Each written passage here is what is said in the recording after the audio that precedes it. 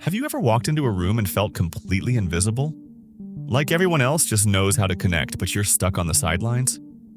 Here's what nobody tells you. The people who seem naturally magnetic aren't born that way. They're using 5 specific techniques that make others want to talk to them first. But here's the twist. The most powerful one is something you're probably doing wrong right now. And I'm saving it for the very end because once you fix it, everything changes. I'm going to show you exactly how to make people notice you, approach you, and actually want to start conversations without you having to force anything or fake confidence. By the end of this video, you'll understand why you've been invisible and exactly what to do about it. The final technique is the game changer, so stick around because that's where the real magic happens. Let me start with something that changed everything for me. I used to sit at coffee shops, scrolling through my phone, waiting for someone to notice me. It never happened. I'd go to parties and stand in corners, hoping someone would start a conversation. They didn't. I thought maybe I wasn't interesting enough, or funny enough, or good-looking enough. But then I discovered something shocking. The problem wasn't me, it was what I was doing in the first 3 seconds. The first 3 seconds.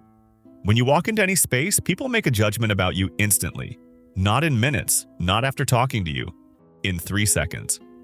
Most people do what I used to do. They walk in with their head down, eyes on their phone or scanning the floor. They think they're being humble or not showing off. However, what they're actually doing is sending a giant signal that says, "Don't talk to me. I'm not available. Leave me alone." Here's what magnetic people do differently. They walk in with their head level, not up like they're arrogant, just level. They look around the room calmly, like they belong there. Therefore, people see them as confident and approachable. But here's the part most people miss. The eyes. When you make eye contact with someone, even for just a second, and give a tiny smile or nod, you're opening a door. You're saying, "I see you and I'm friendly." That small gesture plants a seed in their mind. Later, they'll feel comfortable approaching you because you already acknowledge them. I tested this at a bookstore. Instead of hiding behind shelves like usual, I walked in, looked around naturally, made quick eye contact with a few people, and smiled slightly. Within 10 minutes, someone asked me about the book I was holding. That had never happened before. The difference? I stopped being invisible on purpose. The body language mistake. Now let's talk about what happens after those first 3 seconds, because even if you nail the entrance, you can ruin everything with your body. I learned this the hard way at a workshop. The instructor asked me to stand in front of everyone. I stood how I always did, hands in pockets, shoulders slightly forward, weight on one leg. Then he asked the group what they thought of me. The answers hurt. Closed off, nervous, doesn't want to be bothered. I wasn't trying to look that way. However, my body was telling a story I didn't mean to tell. The instructor showed me something simple. He said, "Take your hands out of your pockets. Let your arms hang naturally at your sides or rest one on the table. Pull your shoulders back just a little, not stiff, just open. Take a breath and relax your face." I did it. I felt awkward at first, like I was acting. But then he asked the group again. This time they said, more approachable, confident, like a different person. Here's what I realized. Your body talks before your mouth does. If your arms are crossed, you look defensive. If you're hunched over your phone, you look busy or uninterested. If you're tense, people can feel it from across the room. But when your body is open and relaxed, people read you as safe and welcoming. They feel like they can approach you without being rejected. Therefore, they do. After that workshop, I started paying attention to my posture everywhere. In cafes, I'd sit with my chest open, arms visible, shoulders relaxed. At events, I'd stand with my weight balanced, not leaning against walls or hiding in corners. The change was incredible. People started sitting next to me, asking me questions, including me in conversations, all because my body stopped pushing them away. The curiosity secret. Now here's where it gets interesting. Once someone does approach you, or once you decide to start a conversation, there's a secret weapon that makes people instantly like you. And no, it's not being funny or interesting. It's being curious about them. Most people think they need to have great stories or clever things to say. Therefore, they prepare talking points in their head and wait for their turn to speak. However, that's the wrong approach. Magnetic people do the opposite. They ask questions. Real questions.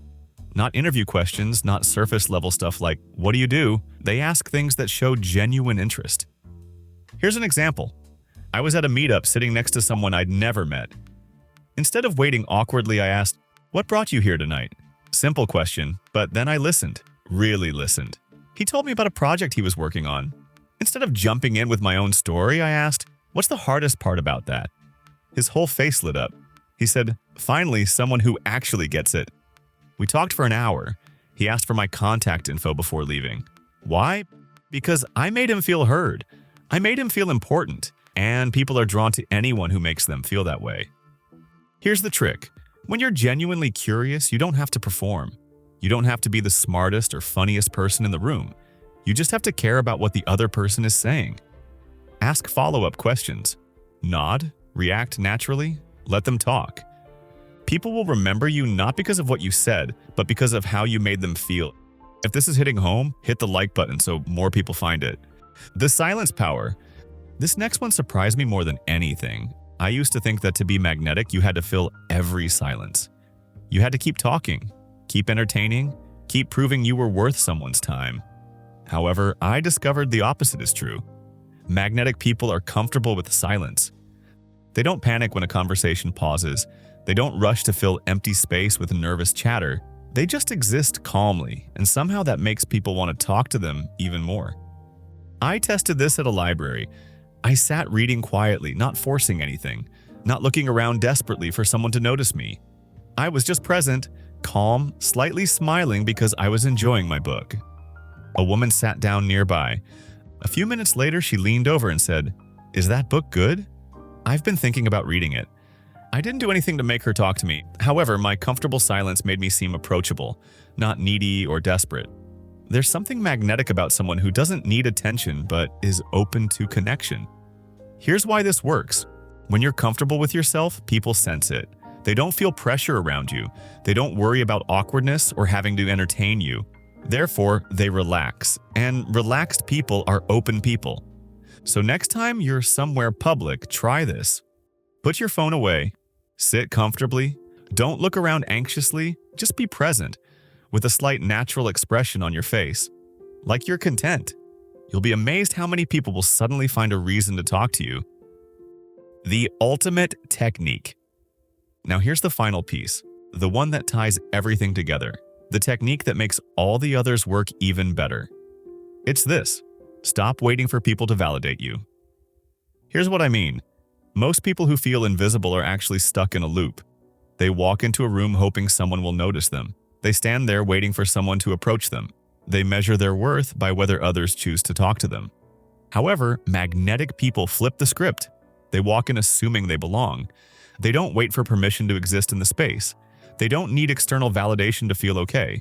Therefore, they radiate a different energy, an energy that says, I'm fine whether you talk to me or not, but I'm here and open if you want to. That energy is what makes people curious. That energy is what draws them in. When you stop needing attention, you start attracting it.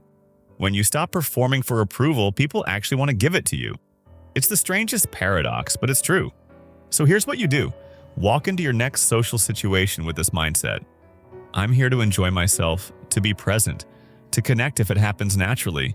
But I don't need anyone's approval to feel good about being here. Because the moment you stop chasing attention is the moment everyone starts noticing you.